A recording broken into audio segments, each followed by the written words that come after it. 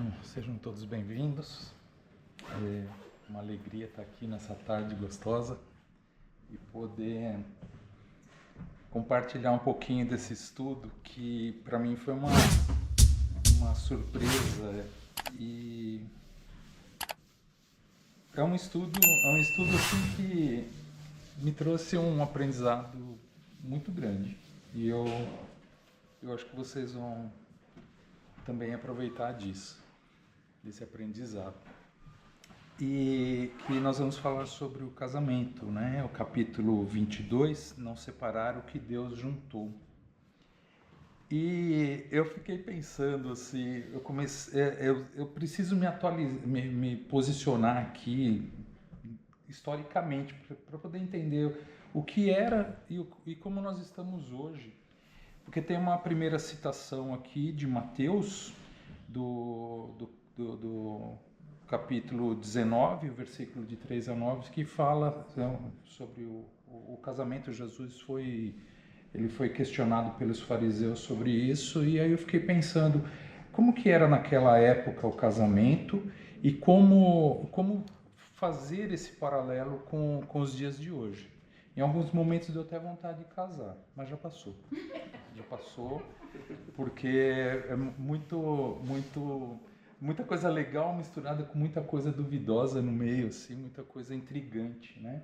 E primeiro, nesse contexto histórico, o casamento ele tem mais ou menos, os primeiros relatos têm 4.000 anos, lá na Mesopotâmia começa a questão do casamento. E o casamento não é como nós temos hoje, a nossa visão hoje. Ele era muito mais um contrato de negócio do que uma relação afetiva. Não existia, na verdade, relação afetiva. Era muito raro que isso acontecesse. Ou era por uma união entre povos, era uma partilha não, uma junção de bens materiais, de famílias, a permanência de uma casta, né, de uma determinada sociedade se mantinham. Então, por exemplo, o egípcio chegavam a casar entre irmãos, os faraós casavam entre si, para manter aquela mesma consanguinidade. Em outros povos, por exemplo, como em Roma, o casamento era quase que obrigatório, porque ele tinha uma questão social, ele era uma máquina que movia a sociedade e também uma perpetuação da espécie, então manter essa espécie sempre constante, né, para que a humanidade não se perdesse. Então são muitas questões que trazem essa ideia do casamento no passado e se contrapõem aos dias de hoje, que é totalmente diferente, né?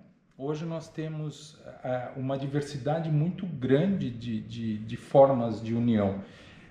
Até o próprio casamento, isso mundialmente, ele vem sendo, de certa maneira, vou pôr entre aspas, abalado desse tradicional. Tem muito mais a ver com uma união estável, uma relação homoafetiva, ou simplesmente uma carreira solo, um pai solteiro ou uma mãe solo que vai criar o seu filho, vai formar a sua família a partir disso. Então é bem interessante. E a palavra casamento, que vem do latim casamentum, casarium, que é casa, é a formação de um lar. E isso também me chamou muito a atenção. Então são palavras que vão nos ajudando a compreender essa ideia do que é o casamento. E nessa primeira parte da lição, ele fala aqui da indissolubilidade do casamento. Palavra comprida, né? É o casamento indissolúvel. Então os fariseus, eles estão ali interpelando Jesus, e aqui ele fala, e chegaram-se os fariseus tentando e dizendo. Esse tentar assim, é numa ideia de provocação, porque eles ficam o tempo todo questionando para ver se Jesus, em algum momento, ele dá uma vacilada na resposta e eles possam condenar ele por estar pregando falso testemunho, tal. Mas Jesus é uma pessoa assim extremamente conhecedora de todas as leis, e ele vai rebater isso. Então eles fazem a pergunta: é porventura lícito que a um homem repudiar a sua mulher? Repudiar é rejeitar. Então, rejeitar a sua mulher por qualquer causa. E Jesus responde-lhe: não tendes lido que quem criou o homem desde o princípio o fez macho e fêmea?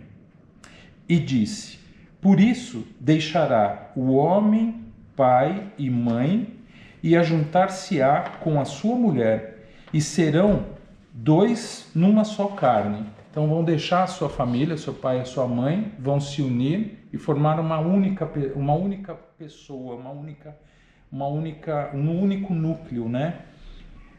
Assim que já não são dois, mas uma só carne. Então, quando ele fala carne, ele está falando justamente essa questão dessa união de duas pessoas que vão deixar as suas famílias para formar uma nova família. Então, essa carne é no sentido dessa materialidade de uma nova família, com filhos, com sua casa, com seus bens e crescer em cima disso.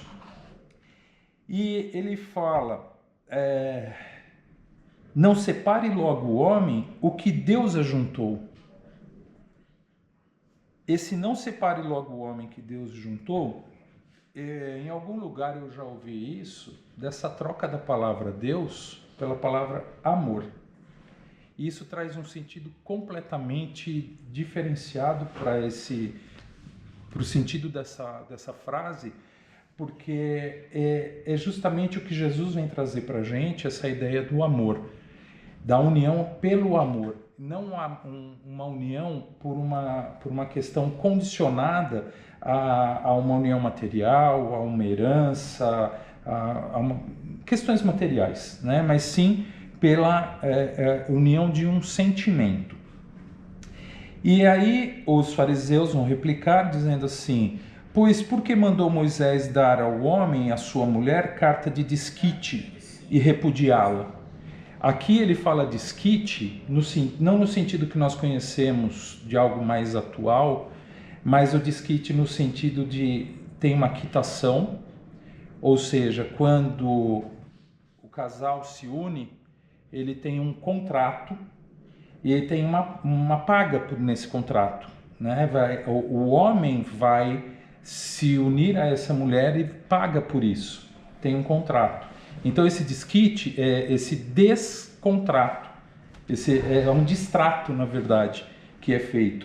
E essa lei é uma lei que na época ela era muito comprometedora, porque a partir do momento que você tem um contrato de casamento, quando você desfaz, tem uma série de requisitos que tem que ser cumpridos. Primeiro tem que ser, o noivo, ele vai devolver a noiva por algum motivo, ou porque ela não pode dar filhos a ele, ou porque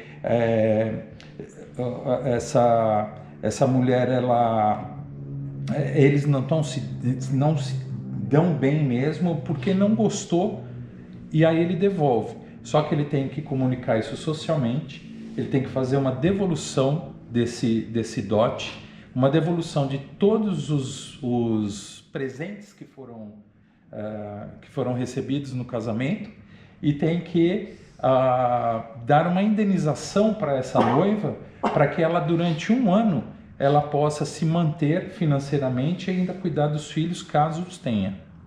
Então era uma forma de inibir que isso pudesse acontecer. Então a complexidade da época, né? E aí Jesus respondeu: por que Moisés, pela dureza de vossos corações, vos permitiu repudiar, rejeitar vossas mulheres? Mas ao princípio não foi assim. Quando Jesus fala isso, ele dá uma chacoalhada muito grande nos fariseus, porque os fariseus estão interpelando Jesus em cima das leis de Moisés. E quando Jesus dá essa frase, ele está em uma lei anterior à de Moisés, que é a Gênesis. E eles têm uma hierarquia dentro dessas leis. E nas leis da Gênesis, não ditava isso.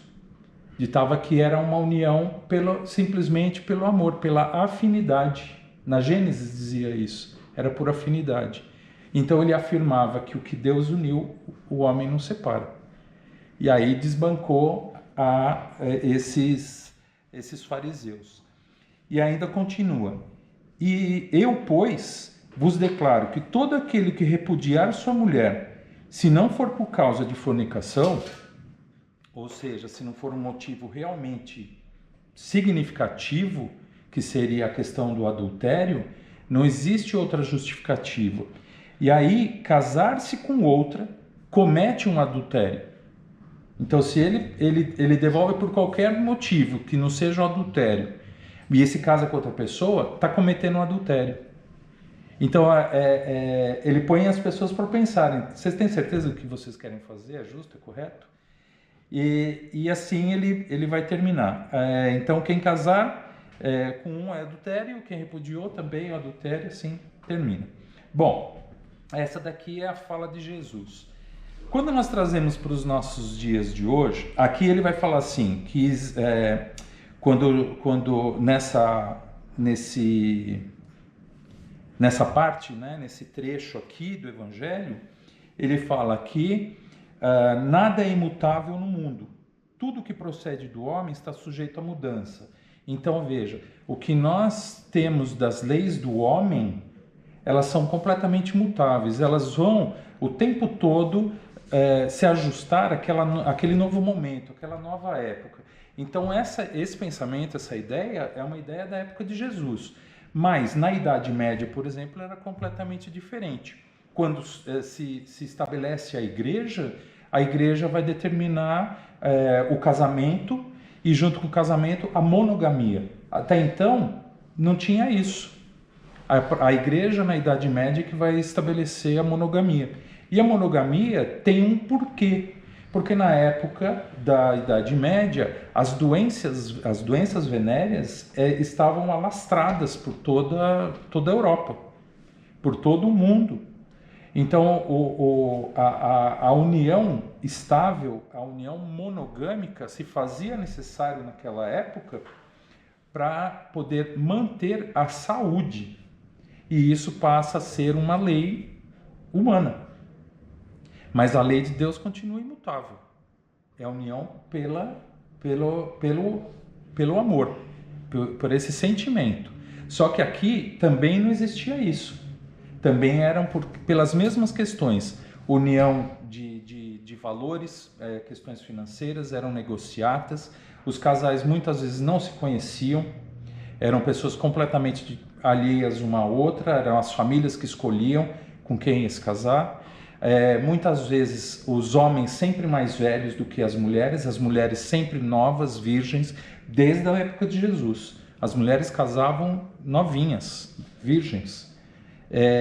E os homens mais velhos, por quê? Porque eles tinham o poder financeiro, a independência, tinham bens. Então essa união sempre foi por interesse. Isso depois vai passar para, mais ou menos, vai evoluindo, né? Tem momentos da história, por exemplo, no período do Renascimento, que a corte francesa, o marido, ele permitia que a esposa pudesse ter um amante. Era comum, era normal, porque ele era muito mais velho que a sua esposa e não conseguia acompanhar o ritmo daquela jovem. Então ele permitia que ela tivesse um acompanhante jovem que pudesse fazer esses passeios com ela. Então olha como a história ela é bem interessante para ir contextualizando até chegar nos dias de hoje. Aí chega um momento da história, que é no século XVIII e XIX, que as coisas começam a modificar. E dentro dessa mudança, os parceiros são escolhidos, mas já existe uma questão da união pelo sentimento. E aqui me chamou a atenção quando eu estudei história, porque é justamente onde Kardec traz a lição dentro do Evangelho segundo o Espiritismo. E no Evangelho, esse daqui é curtinho, ele tem 2 páginas e meia. É o mais curto do Evangelho. E não tem instrução dos Espíritos. Porque é uma questão do ser humano, não é uma questão do Espírito. Mas ele alerta sobre isso. E os espíritos não colocam nada aqui, mas Kardec põe justamente. E isso me chamou a atenção. Por que ele coloca isso? E onde que está Kardec? Justamente nesse entremeio do século XVIII, XIX, né, século XIX, na verdade, que está Kardec, e está vivendo dentro desse contexto em que existe o amor. Mas olha que interessante, uma pessoa poderia se casar por amor, mas não era acreditado que esse casamento ia ser duradouro. Porque o amor não dura muito tempo, pensava-se. E pelo dinheiro, sim, porque existe uma questão financeira. De qualquer forma, as pessoas tinham que casar. As mulheres precisavam casar porque uma mulher solteira era mal vista, e o homem tinha que casar porque se ele não casasse, ele não tinha um posicionamento social adequado à sociedade, não tinha uma aceitação. Então, o casamento ele era forçado a acontecer. Olha que interessante isso. E o desquite, o divórcio, na verdade, o desquite, ele vai caminhar nesse processo como assim, a igreja vai permitir, a igreja não, a sociedade vai permitir que os corpos se separem, mas legalmente continuam no papel. Não tem a liberdade da separação. Então não é o divórcio, aí é o desquite, que é diferente do desquite do lado de Jesus, que é citado aqui, que é o distrato, e pode devolver. Então olha como a história vai mudando o comportamento. E dentro do casamento, essa união, ela é muito importante porque são dois espíritos que estão se unindo, se complementarem com um propósito. Nada acontece por acaso, a gente sabe disso. As pessoas não se conhecem por acaso. Nós temos relações de amizade que não acontecem por acaso. Tem amigos que eles vêm para nos mostrar algo e desaparecem. Tem amigos que aparecem, ficam um tempo com a gente aprende, a gente troca muito, né? E desaparece. E tem amigos que é para a vida inteira. Não tem isso. Da família também é assim. Nós temos famílias que, dentro da própria família, irmãos, nós temos irmãos que se dão bem e que vão uma família unida para sempre. E tem famílias que não, que elas se rompem, elas se quebram. Porque são questões são soluções espirituais que, quando encarnados, eles estão para resolver, para serem resolvidas. Então nós vamos nos unir para resolver essas questões. E o casamento é uma oportunidade que duas almas têm de se reencontrarem ou de se encontrarem para aprenderem junto, desenvolverem juntos, seja qual for a ideia delas.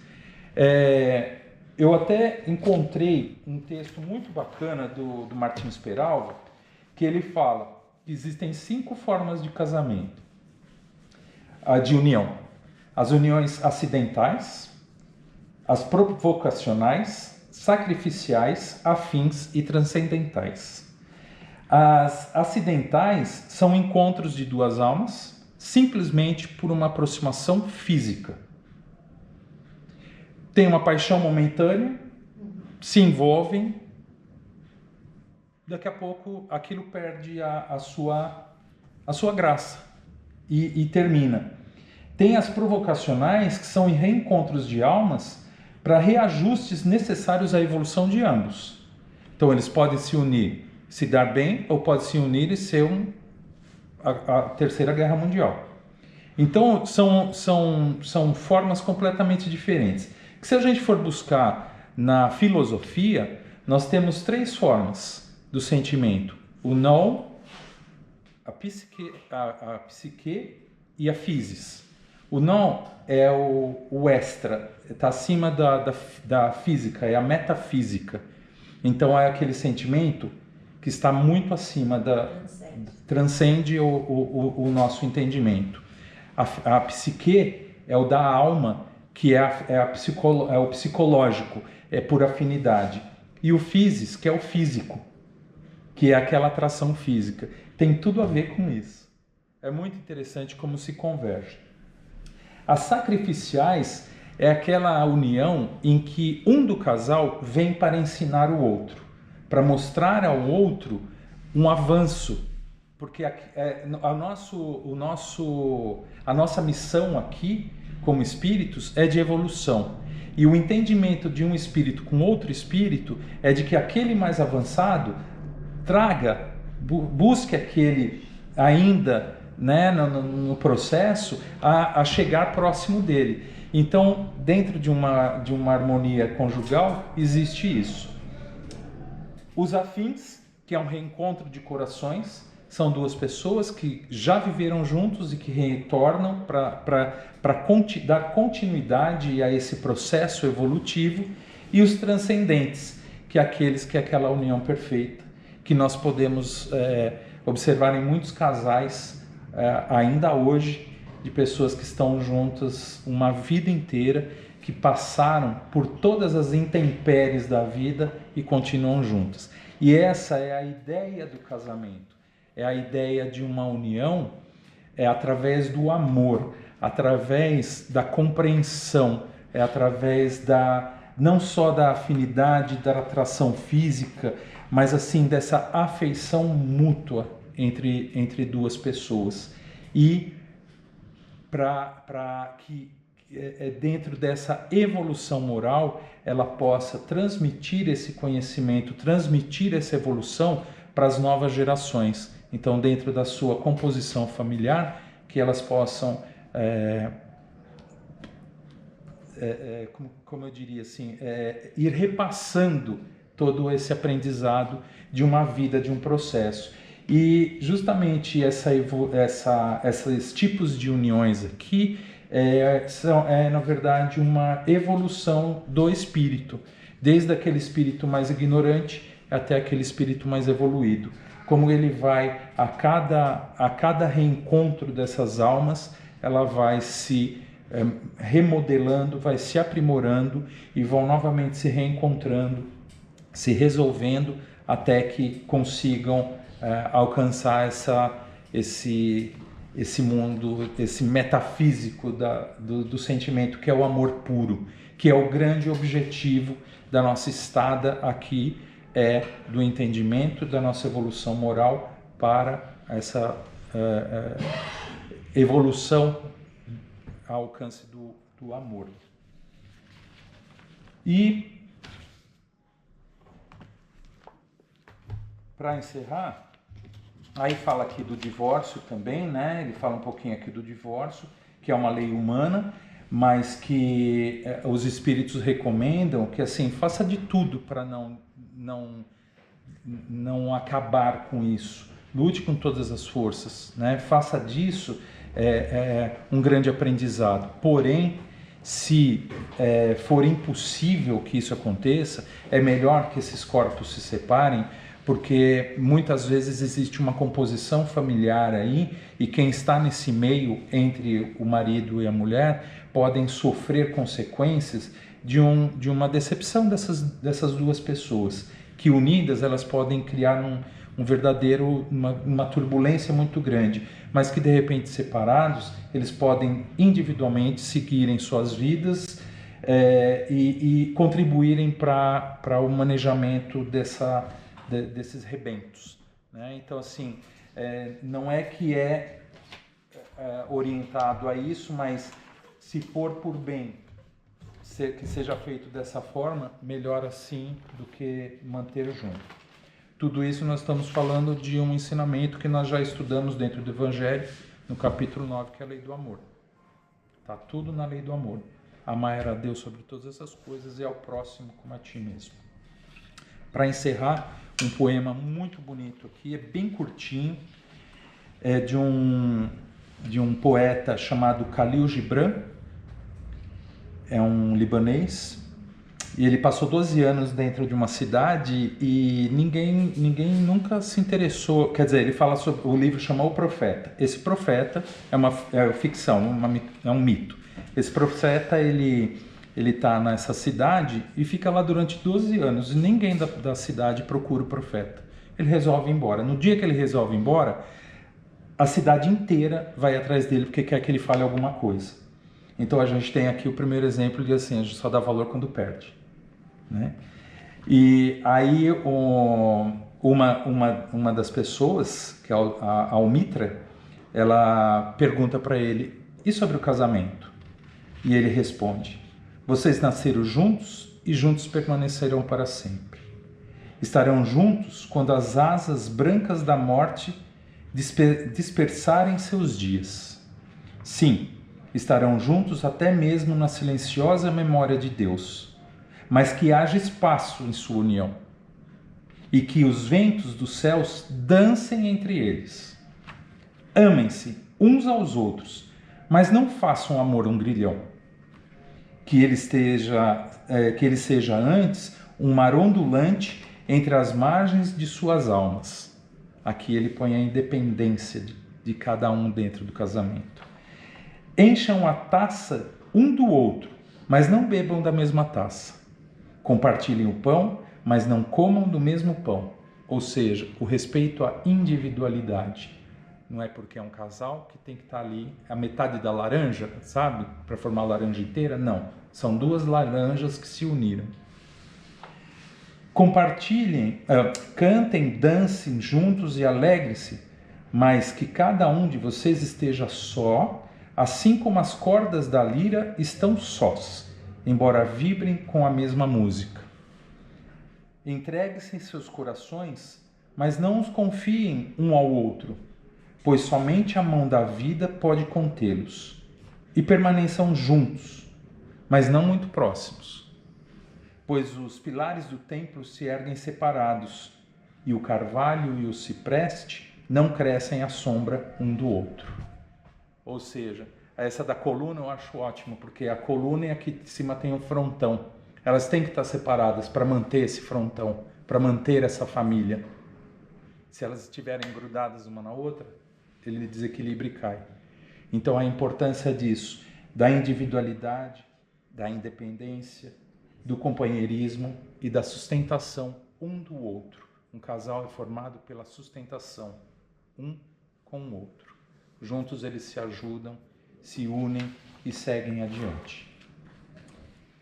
E assim eu termino aqui a minha parte e agora nós vamos acolher o nosso amigo espiritual que já se encontra aqui presente para trazer a sua mensagem de fortalecimento.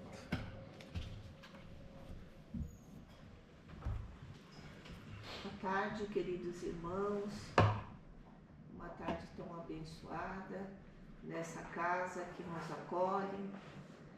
acolhe, sempre com muito carinho. Somos sim abençoados por podermos mais um dia estudar mais um capítulo do Evangelho segundo o Espiritismo.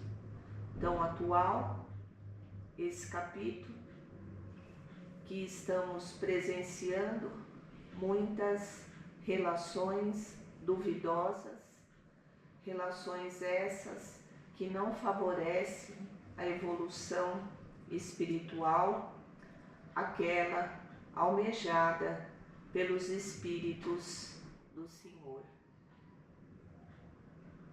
Vamos pensar de uma forma que seja natural para todos, que haja uma comunhão de pensamentos que nos ajude a elevarmos a nossa moral através do bom senso, através das relações sentimentais enriquecidas pelo respeito e pelo amor. Já não somos mais aqueles do passado que se relacionavam apenas pelos bens materiais ou pelas trocas de fortunas, amontoando as moedas no cofre. Isso são relatos e vivências nossas, inclusive, no passado. Hoje, o homem mais amadurecido já desenvolveu a razão, já em desenvolvimento também o sentimento que deve primar pelo bem-estar de todas as criaturas. convenhamos que há muitos deslizes ainda em relação à maturidade espiritual nossa. Quando nos relacionamos com as criaturas que estão designadas pelo Pai para convivermos na matéria, para aprendermos a nos relacionar pelo respeito e auxiliar assim na sua obra da criação, no desenvolvimento das criaturas. É certo que deveria ser assim, essas uniões. O planejamento espiritual é feito dessa forma. Quando se unem as pessoas designadas ao matrimônio na Terra, já sabem de antemão que estarão compromissadas com o Senhor para o próprio desenvolvimento e também daqueles que estarão convivendo no mesmo ambiente do matrimônio, a família. Irmãos, é importante termos essa união do matrimônio, para que possamos receber outros que chegam através da maternidade, por uma família bem sedimentada, compromissada, porque assim se dá a evolução na Terra, de espíritos conscientes, bem orientados, espíritos que farão a diferença no mundo que todos nós almejamos, o mundo de regeneração. Mas nada, nem ninguém poderá, pelo mau exemplo ou pela desistência de compromissos responsáveis, impedir o progresso de chegar a todos os lares. Dia virá que todos nós saberemos a vontade do nosso Pai Criador, porque o nosso Pai Criador nos quer felizes, nos criou para a felicidade, e nada mais gratificante e importante e prazeroso para todos nós do que conviver dentro de um lar em harmonia, por espíritos, envolvidos por espíritos que amamos e que nós auxiliaremos e seremos auxiliados, tanto na parte intelectual como na parte moral.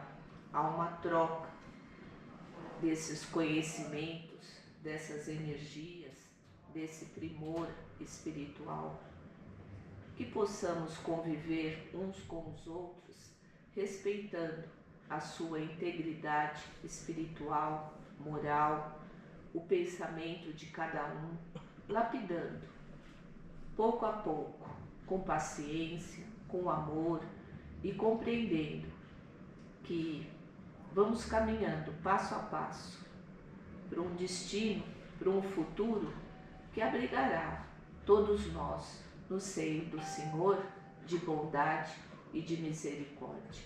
O julgamento não nos cabe sobre as relações que estamos vivenciando na Terra.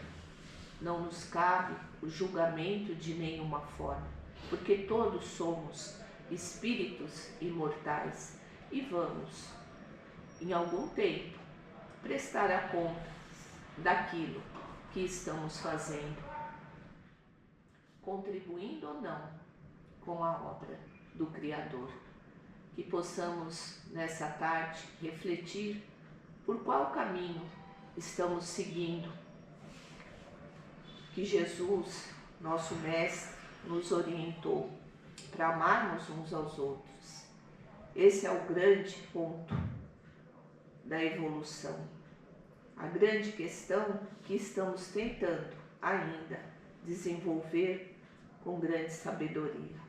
Amarmos uns aos outros como Deus nos ama, nos dando liberdade, sim, mas liberdade com muita responsabilidade, porque sem ela não chegaremos a ter a condição de espíritos sabedores da própria razão, do próprio discernimento. E é isso que desejamos, né? É isso que queremos para nós. Sermos espíritos conscientes, colaboradores de Deus, amando a todos. Que Jesus nos abençoe e que possamos estar juntos mais uma vez na continuação dos estudos da obra kardeciana, que ilumina o nosso pensamento, mas também exige de nós o trabalho intenso e que possamos usar essa ferramenta de hoje para seguirmos adiante com mais firmeza nos próprios passos.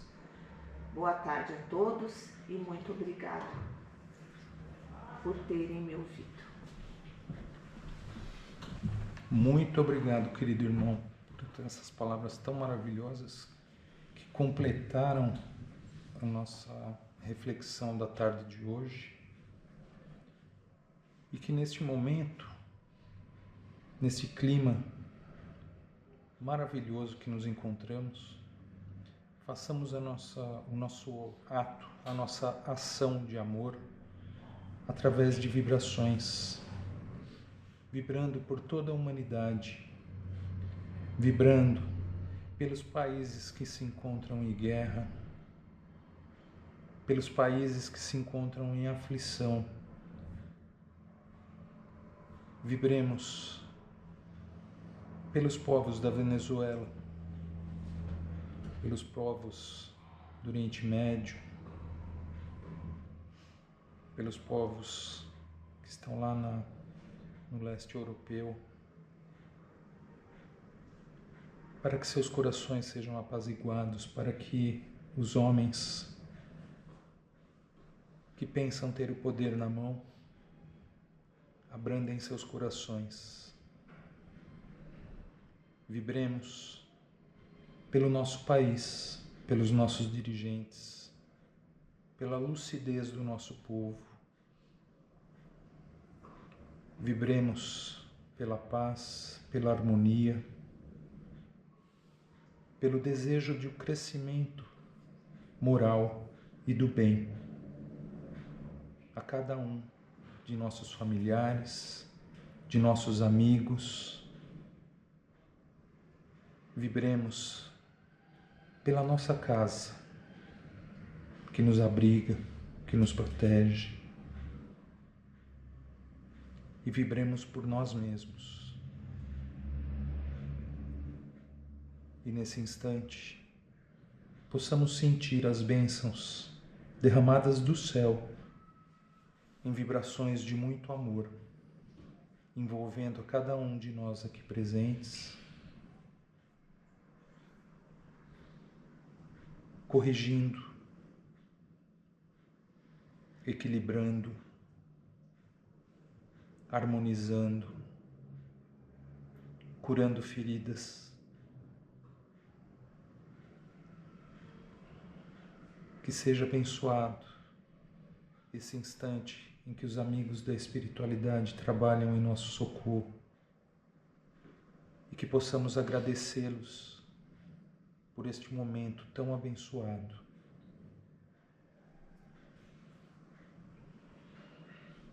Mentalizemos a fluidificação das águas que nos traga a cura necessária dos nossos males físicos e espirituais.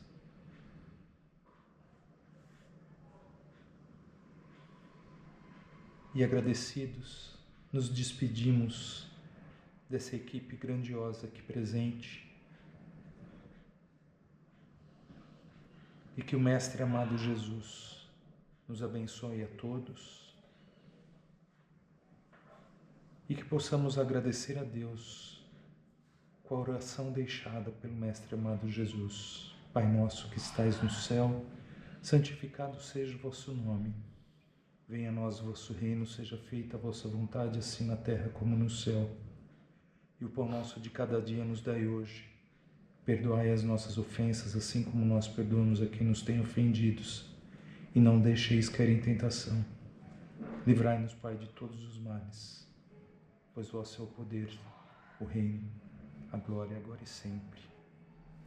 Sigamos em paz, no retorno aos nossos lares, e que lá chegando, possamos abraçar os nossos entes queridos e compartilhando com eles um pouquinho desse amor que aqui recebemos. Sigamos em paz, graças a Deus, graças a Jesus.